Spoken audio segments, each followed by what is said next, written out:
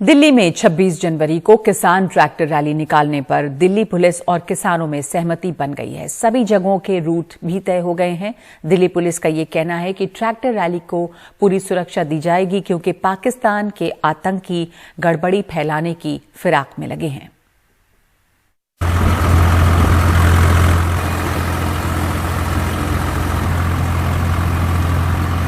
दिल्ली की सीमाओं पर हजारों ट्रैक्टरों और ट्रॉलियों का काफिला पहुंच रहा है।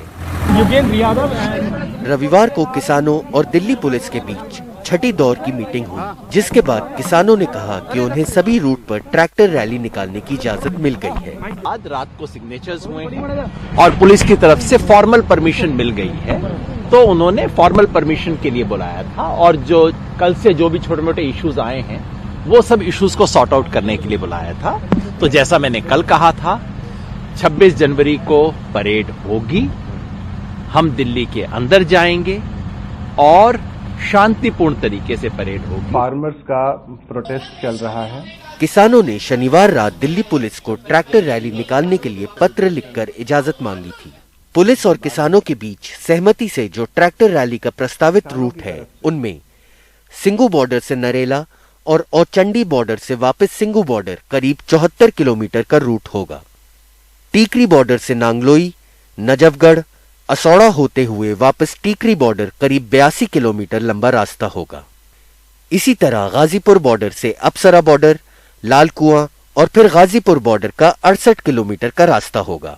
चौथा रूट चीला बॉर्डर से दादरी रोड और वापस चीला बॉर्डर करीब 10 किलोमीटर का होगा। जब हम सिंगू बॉर्डर से एंटर, पुलिस के मुताबिक किसानों से बात कर पुलिस ने अपनी तैयारियां कर ली हैं। किसानों की ट्रैक्टर रैली गणतंत्र दिवस के परेड के बाद होगी और जो एक्सपेक्टेड ट्रैक्टर्स की संख्या है वो इस तरह से डिस्ट्रीब्यूटेड हो कि ये जो सर्कुलेशन है ये एक ऑप्टिमम तरीके से, ये पीसफुल और डिसिप्लिन तरीके से हो। इस पर इन प्रिंसिपल एग्रीमेंट हो गया है। ये जब हमारा रिपब्लिक डे सेलिब्रेशन का टाइम पीरियड खत्म हो जाता है, जब यहाँ सेलिब्रेशन, उसके तुरंत बाद शुरू हो। रविवार को पुलिस कमिश्नर ने आदेश दिया कि गणतंत्र दिवस की सुरक्षा में तैनात सभी पुलिसकर्मी परेड के बाद तुरंत किसानों की ट्रैक्टर रैली में ड्यूटी करने के लिए शॉर्ट नोटिस पर तैयार रहें। पुलिस के मुताबिक इस बात की पुख्ता जानकारी मिली है कि पाकिस्तानी आतंकी ट्रैक्टर रैली में गड़बड़ी फैलाने की फिराक में है। ऐसे 308 पाकिस्तानी ट्विटर हैंडल भी मिले हैं। जब मैं ये कह रहा हूँ कि जब 308 ट्विटर हैंडल्स पाकिस्तान से ओरिजिनेट हो रहा है और जो इससे रिलेटेड, चाहे वो फार्मर्स या ट्रैक्टर रैली से रिलेटेड हैशटैग को पुश कर रहा है, तमाम चीजें कर रही है, एंड पाक बेस्ड जो एक्सट्रीमिस्ट टेररिस्ट ग्रुप्स हैं उनकी नापाक नजर है इस ट्रैक्टर रैली के ऊपर, तो जो गड़बड़ी का अंदाजा आप लगा सकते हैं, लेकिन उसके लिए पुख्ता सुरक्षा व्यवस्था रहेगी और है। किसान नेता भी अपील कर रहे हैं कि लोग शांतिपूर्ण तरीके से ट्रैक्टर रैली निकालें और लेन में चलें। 26 जनवरी की ट्रैक्टर रैली को लेकर किसानों के साथ साथ दिल्ली पुलिस भी तैयारियां कर रही है, लेकिन सबसे बड़ी चिंता सुरक्षा को लेकर है और इतनी बड़ी भीड़ को मैनेज करने की। नई दिल्ली से अपने सहयोगी राजीव रंजन और कैमरामैन एन रवि के साथ मैं मुकेश सिंह, एनडीटीवी इंडिया। और पंजाब हरियाणा से बहुत बड़ी तादाद में किसान जो दिल्ली आ रहे हैं, इसकी वजह से कई जगह जाम है और इससे आम जनता, जो आम ट्रैफिक है, उनको काफी परेशानी हो रही है क्योंकि कई किलोमीटर लंबे जाम भी हैं। संवाददाता मोहम्मद गजाली ने प्रदर्शनकारियों से इस पर बात की है। किसान यूनियन ने 26 जनवरी यानी रिपब्लिक डे के दिन, गणतंत्र दिवस के दिन दिल्ली में ट्रैक्टर परेड के लिए पूरे पंजाब और हरियाणा में कॉल दिया है, जिसको लेकर आज पंजाब से अगर आप देखें तो ट्रैक्टर और ट्रॉली का जो पूरा एक एंटुराज है, एक पूरा काफिला है, वो पंजाब और हरियाणा से दिल्ली की तरफ चल पड़ा है। पूरे हाईवे पर आपको सिर्फ आज किसान यूनियन के झंडे लगे हुए दिखेंगे उन ट्रैक्टर्स पर, भारत के राष्ट्रीय ध्वज के साथ। फिलहाल मैं आपको इंट्रोड्यूस कराता हूं कि किन लोगों के साथ मैं बैठा हूं। ये फतेहगढ़ साहब पंजाब के जिला है, पंजाब का जिला फतेहगढ़ साहब, वहां के कुछ किसान इस ट्रैक्टर में हम दिल्ली की तरफ बढ़ रहे हैं और मेरे पीछे जिनको आप देख रहे हैं, इन्होंने मुझे पीछे से पकड़ा हुआ है ताकि ब्रेक लगने पर मैं ना गिर सकूं। फिलहाल बात इन्हीं से शुरू करते हैं। सबसे पहले आप ये बताएं कि आप क्यों जा रहे हैं? ਅਸੀਂ ਆਪਣੇ ਹੱਕ ਲੈਣ ਵਾਸਤੇ ਚੱਲੇ ਜੀ, ਕਿਸਾਨਾਂ ਦੇ ਮਜ਼ਦੂਰਾਂ ਦੇ ਆਪਣੀ ਹੋਂਦ ਲਈ ਤੇ ਆਪਣੇ ਜ਼ਮੀਨਾਂ ਲਈ ਦਿੱਲੀ ਜਾ ਰਹੇ ਹਾਂ ਜੀ ਸਾਰੇ ਇਕੱਠੇ ਹੋ ਕੇ ਤੇ ਜਿੱਤ ਕੇ ਆਵਾਂਗੇ ਜ਼ਮੀਨ। ठीक है। हाँ जी। तो ये बताइए कि आपके पास कितनी ज़मीन है? किसान हैं या कुछ और करते हैं आप?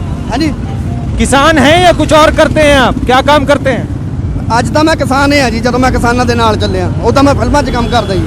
अच्छा, हाँ जी, पंजाबी मूवीज़ 'ਚ ਕੰਮ ਕਰਦਾ। पंजाबी मूवीज में काम करते हैं। किन मूवीज में काम किया आपने? ਮੈਂ ਰਾਮਤਾ ਜੋਗੀ ਕੀਤੀ ਹੈ ਜੀ। अच्छा ਸੈਕੰਡ ਫਿਲਮ ਮੇਰੀ ਜੋਰਾ 10 ਨੰਬਰੀ ਆ अच्छा, ਤੇ ਥਰਡ ਫਿਲਮ ਰੰਗ ਪੰਜਾਬ ठीक है। ਤੇ ਚੌਥੀ ਮੇਰੀ ਗਿੱਪੀ ਗਰੇਵਾਲ ਦੇ ਨਾਲ ਇੱਕ ਸੰਧੂ ਹੁੰਦਾ ਸੀ हाँ हाँ।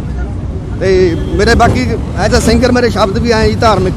तो कृषि कानून पढ़ा है आपने?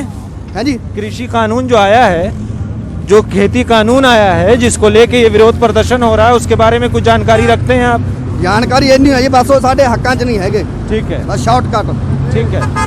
तो और भी लोग हैं यहाँ पर। इस पूरे ट्रैक्टर में अगर आप देखें तो करीब 8 से 10 लोग बैठे हैं, हर उम्र के लोग बैठे हैं यहाँ पर। और हमारे साथ जो ये युवा बैठे हैं उनसे बातचीत करने की कोशिश करते हैं। और पहले मेरे पापा आके गए हैं यहाँ, 3 दिन लगा के गए हैं दिल्ली, यहाँ सिंघू बॉर्डर पे। तो मेरे को काम से छुट्टी नहीं मिली थी, इसलिए मैं अब 10 दिन के लिए कह के आया हूँ कि जितनी देर परेड नहीं ख़त्म होती हम वापस नहीं आएंगे। और सरकार को अब कानून वापस कर लेने चाहिए। अगर मैं आपको छोटी सी एग्जांपल दूं, आपने जैकेट डाली हुई है, ठीक है, मैं आपको बोलूं कि आपने सर्दी की वजह से डाली हुई है, मैं आपको बोलूं कि आप ये उतार कर टी शर्ट में बाहर जाएं, आप कहीं भी घूमे बीमार ना हो, बीमार तो आप हो गए। तो आप हमें करोड़पति नहीं बनना मोदी जी। आप हम MSP लागू रहने दो, हमें अपनी फसल मंडी में बेचने दो, हमने नहीं कहीं और बेचनी। ये तो कॉरपोरेटर को दे रहे हैं सब कुछ। आज हर जगह कॉरपोरेटों का कब्जा है। आप पेट्रोलियम पर देख लो, LIC, BSNL देखो, सब कुछ खत्म कर दिया। ये किसान ही रहते हैं, क्योंकि इनको ऐसे लगता है ना कि जब लॉकडाउन हुआ है सबका काम फेल हो गया, किसानों का नहीं हुआ। अब ये उनको भी खत्म करने में लगे हुए हैं। और दिल्ली के अलावा मुंबई की तरफ भी किसान कूच कर रहे हैं। कई जगहों से तमाम किसान पहले नासिक में इकट्ठा हुए और नासिक से किसानों का जत्था जो है वो मुंबई पहुंचा। छत्रपति शिवाजी टर्मिनस तक 21 जिलों से बड़ी तादाद में किसान मुंबई पहुंच रहे हैं और तमाम किसान जो हैं वो आज़ाद मैदान जा रहे हैं।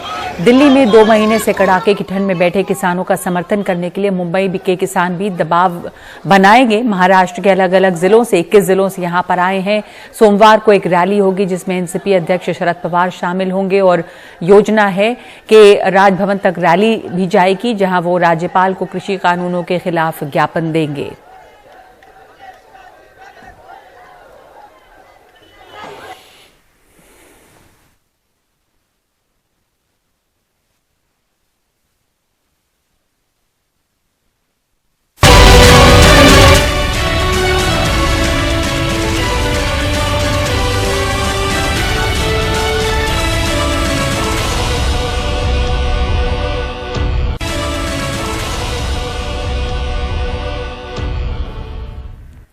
पूर्वोत्तर के 2 दिन के दौरे में केंद्रीय गृह मंत्री अमित शाह ने लोअर असम में 2 रैलियां की हैं। पहली NDFB के साथ हुए बोडोलैंड अकॉर्ड के 1 साल पूरे होने पर कोकराझार में और दूसरी नलबाड़ी में, जहां उन्होंने विधानसभा चुनाव से पहले पार्टी की कैंपेन शुरू की।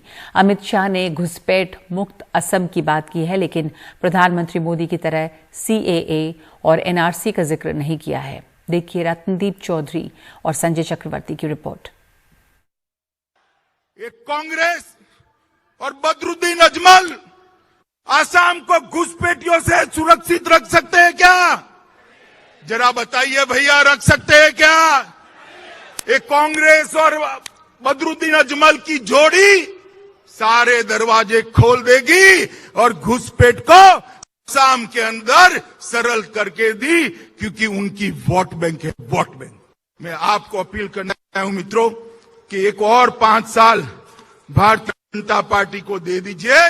हम आसाम को गोली मुक्त कराए, आसाम को आंदोलन मुक्त कराए हैं, हम आसाम को बाढ़ मुक्त भी कराने का काम ये भारतीय जनता पार्टी की सरकार करेगी। मित्रों, इस वादे के साथ अमित शाह ने असम में बीजेपी के चुनाव प्रचार की शुरुआत कर दी है, जो बस 3 महीने दूर है। लोअर असम के नलबाड़ी में बड़ी विजय संकल्प रैली हुई, जिसमें उन्होंने साफ कर दिया कि चुनाव प्रचार का फोकस क्या रहने वाला है। घुसपैठ को अगर कोई रोक सकता है तो केवल और केवल भारतीय जनता पार्टी की नरेंद्र मोदी सरकार रोक सकती है। और हमने कर दिखाया है। धारा 370 70 साल से कोई इसको छूने की हिम्मत नहीं करता था। श्री नरेंद्र मोदी सरकार ने 5 अगस्त 2019 को धारा 370 को समाप्त कर कश्मीर को हमेशा के लिए भारत के साथ जोड़ने का काम किया। 500 साल से प्रभु श्री राम का मंदिर बनाने के लिए देश भर से आवाज उठती रही, किसी की हिम्मत नहीं चली। आपने दूसरी बार प्रधानमंत्री जी को पूर्ण बहुमत दिया और आज प्रभु श्री राम का गगनचुंबी मंदिर बनने की शुरुआत हो चुकी है। मित्रों, गगनचुंबी मंदिर। भारत माता की जय! भारत माता की जय! जय श्री राम! जय श्री राम! जय श्री राम! भारत माता की जय! भारत माता की जय! असम में बीजेपी के कैंपेन से ये संकेत भी मिले कि इस बार वो हिंदुत्व का कार्ड भी खेलेंगे। इससे पहले शाह कोकराझार में भी एक बड़ी रैली में शरीक हुए, जो बोडोलैंड समझौते की सालगिरह पर आयोजित की गई थी। उन्होंने दावा किया कि बोडोलैंड काउंसिल के चुनाव में नए साथी यूपीपीएल के साथ बीजेपी की जीत आने वाले विधानसभा चुनाव का ट्रेलर है। बीजेपी का ये दावा है कि अजमल और कांग्रेस दोनों ही घुसपैठियों के मददगार हैं, मगर पहले प्रधानमंत्री मोदी और अब गृह मंत्री अमित शाह दोनों ने सीएए या फिर एनआरसी के मुद्दे पे कुछ भी नहीं बोला। वहीं इतवार को ऑल असम स्टूडेंट्स यूनियन ने पूरे असम में सीए कानून की प्रतियां जलाई।